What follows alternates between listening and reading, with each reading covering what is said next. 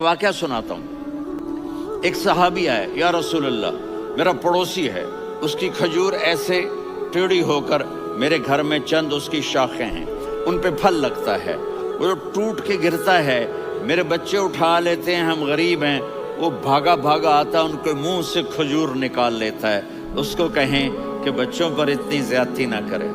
आपने उसको बुलाया, वो मुनाफिक था। आपने उससे फरमाया, भाई एक सौदा करते हो? कहा जी क्या?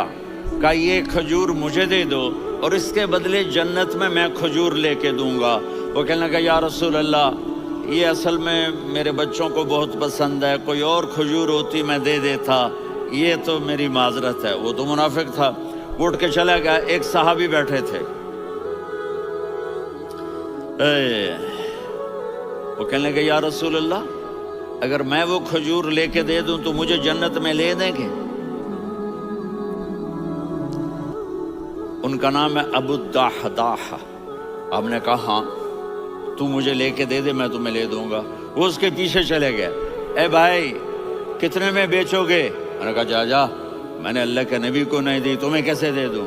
कहा, अच्छा भाई, मुंह से बोल, मुंह से बोल, कितने लेने हैं?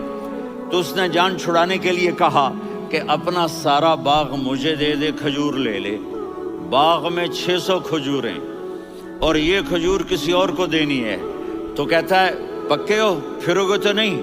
कहा, मैं पागल हूं, मैं फिरूंगा? मुझे 600 खजूरों का बाग मिल रहा है। उन्होंने कहा, डन, खजूर मेरी, बाग तेरा। वो भागे भागे आए, या रसूल अल्लाह, मैंने सौदा कर लिया। कहा, कैसे किया? कहा, सारा बाग दे के खजूर ले ली। आपने कहा, फिर मेरा सौदा भी बदल गया। कम मिन आदकन रदाहा वदारन फयाहा ले अबिदाहदाहा फिल जन्ना।